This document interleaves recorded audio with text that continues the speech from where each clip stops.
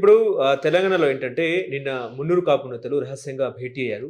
మంత్రివర్గంలో గూడా వాళ్ళకి గూడా స్థానం కల్పించాలని జెప్పేసి నిన్న విహెచ్ సమక్షంలో కొంతమంది పార్టీలకు అతీతంగా నేతలు భేటీ అయ్యారు. సో, దాని మీద ఇవాళ Telangana Congress party incharge Meenakshi Natarajan serious అయిన పరిస్థితి. ఏం జెప్తారు సార్ దీని మీద? అది కరెక్ట్ అది. ఎందుకంటే ఒక నేషనల్ పార్టీ లోపల కులాల వారీగా ఇట్లా మీటింగులు పెట్టుకొని, పార్టీ అంతా సమాయత్తంగా ఉంది. రేపు రాబోయే పంచాయతీ ఎన్నికలు గానీ, లేతే ఇతరత్రమైనటువంటి వ్యవహారాలలో భారతీయ జనతా పార్టీ లాంటి ఒక పార్టీని ఎదుర్కోవాలని అనుకున్నప్పుడు, పార్టీ అంతా కలిసి ఒక కొహెసివ్ యూనిట్‌గా ఉండాలి. ఒక ఐక్యతా రాగం అనేది పలకాల. ఆమె సింపుల్‌సిటీ చూసినా, మీనాక్షి నటరాజన్ సింపుల్‌సిటీ చూసినా, ఆమె భావాలను మనం గమనించినా, ఆమె ఆలోచన సరళిని, ఆమె పద్ధతులు గమనిస్తే, ఆమె కొంత క్రమశిక్షణతోని పార్టీకి సేవ చేయాలని సేవాభావంతో ఉన్నటువంటి వ్యక్తి. సో, ఈ అవకాశవాద రాజకీయాల కోసమే అక్కడక్కడ మీటింగులు పెట్టుకొని, కులతత్వంతోని మాకు కులాల బేసిస్ మీదనే మంత్రి పదవులు కావాలని అంటే, మరి దేశంలో ఎన్ని బీసీ కులాలున్నాయి? అసలు ఎన్నడూ మంత్రివర్గం కాదు కదా, శాసనసభకు కూడా ప్రాతినిధ్యం వహించని బలహీన వర్గాల వాళ్ళు చాలామందున్నారు. వాళ్ళందరినీ కాదని మున్నూరు కాపులకి ఎట్లా అవకాశాలు ఇవ్వాలా? ఇప్పుడు హనుమంతరావు ఎట్లా కాపు కులం బేసిస్ మీద ఏ పదవిని అడగడానికి అర్హుడు?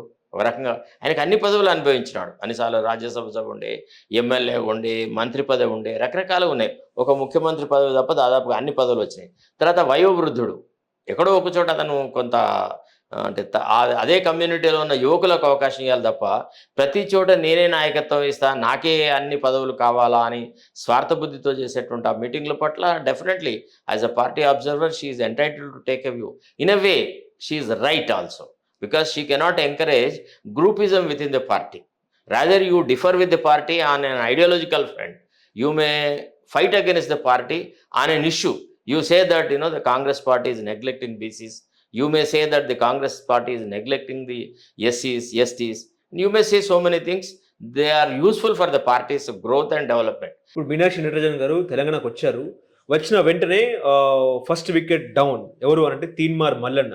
సో, అది చేస్తే ఎవరికైనా ఇంతేనా? ఒకటే రూల్ అంటారా? సార్, ఒక విషయం చెప్పన్నా, అసలు I don't consider Teenmaar Mallanna as a wicket. Teenmaar Mallanna was never treated that far or that strong. One of the MLCs that's all. అంతే. ఏముంటుంది, ఏం ఫరక పడుతుంది? ఇప్పుడు ఏంటంటే యాదృచ్ఛికంగా ఆ సంఘటన జరిగింది. ఎప్పుడూ అతనికి షోకాజ్ నోటీస్ ఇచ్చారు. అతను తనంత తానుగా దానికి రిప్లై ఇవ్వలేదు. రిప్లై ఇవ్వకపోగా పార్టీని తొడగొట్టి ఛాలెంజ్ చేసినాడు. దమ్ముంటే నన్ను సస్పెండ్ చేయండి, చేస్తే నేను అది చేస్తా ఇది చేస్తా అని వ్యవహారాలు నడిపినాడు. సో, పార్టీ అనేది ఒక నిర్ణయం తీసుకోవాలి కదా. సో, పార్టీ అబ్జర్వర్ ఎవరు కరెక్ట్గా లేని పరిస్థితిలో ఆ తీసుకున్న నిర్ణయానికి ఈమె ఆమోద ముద్ర తీసుకున్నారు వాళ్ళు. అంతే తప్ప నాకు తెలిసి, అంటే ఆమెకు చెప్పుంటారు, ఈ రకమైన నిర్ణయం తీసుకున్నాం క్రమశిక్షణ సంఘంలో, ఈ రకంగా ఇతని ప్రవర్తన ఉంది, ఈయనకు సంబంధించిన వ్యవహారాలను ఆమె దృష్టికి తీసుకొచ్చుంటారు. Okay, it's all right, we cannot encourage indiscipline కాబట్టి you go ahead with the decision అని ఉంటుంది. అంతేగాని దీనికి దానికి సంబంధం లేదు. దీని మీద అతని మీద సస్పెన్షన్ ఎత్తివేసే అవకాశం ఉందని ప్రభుత్వం ఆలోచించే అవకాశం ఉందా? అది నాకు తెలియదు.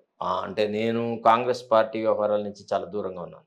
ఎందుకంటే ఇటీవలి కాలంలో కాంగ్రెస్ పార్టీ చేస్తున్న పద్ధతులు కానీ, ఆలోచన సరళి కానీ, ఇటీవల కాంగ్రెస్ అంటే ఏదైతే ప్రభుత్వం ప్రజా వ్యతిరేక కార్యక్రమాలు చేయడము, ముఖ్యంగా లగచర్ల లాంటి ప్రదేశాలలో లంబాడాలు, తర్వాత ఇతర ట్రైబల్స్ యొక్క భూములు గుంజుకోవడం అభివృద్ధి పేరు మీద, ఏదైతే బీఆర్ఎస్ని మనం వ్యతిరేకించినాము, ఏ కార్యక్రమాలు చేస్తే బీఆర్ఎస్ని విమర్శించినామో అంతకంటే దుర్భరమైనటువంటి కార్యక్రమాలు రేవంత్ రెడ్డి నేతృత్వంలో జరుగుతూ ఉన్నాయి. First point. రెండోది, పార్టీ శాసనసభ ఎన్నికల సందర్భంగా ఇచ్చినటువంటి ఆ ఎన్నికల ప్రణాళికలోని ఏ అంశాన్ని కూడా అమలుపరచడంలో ప్రభుత్వం చిత్తశుద్ధి చూపెట్టట్లేదు. కాంగ్రెస్ పార్టీ యొక్క గెలుపు కోసమని మా వంతుగా కృషి చేసి, అసలు దాదాపుగా ఇప్పుడు మీరు చెప్తున్న చాలామంది కంటే ఎక్కువగానే మేము కృషి చేసినాం. అప్పటి బీఆర్ఎస్ ప్రభుత్వం మీద మేము చేసిన కొట్లాటను ఎవరు కాదనలేరు. అట్లాంటి మా పట్ల కూడా కాంగ్రెస్ పార్టీ ఏ రకం కూడా గౌరవభావం చూపట్టలేదు.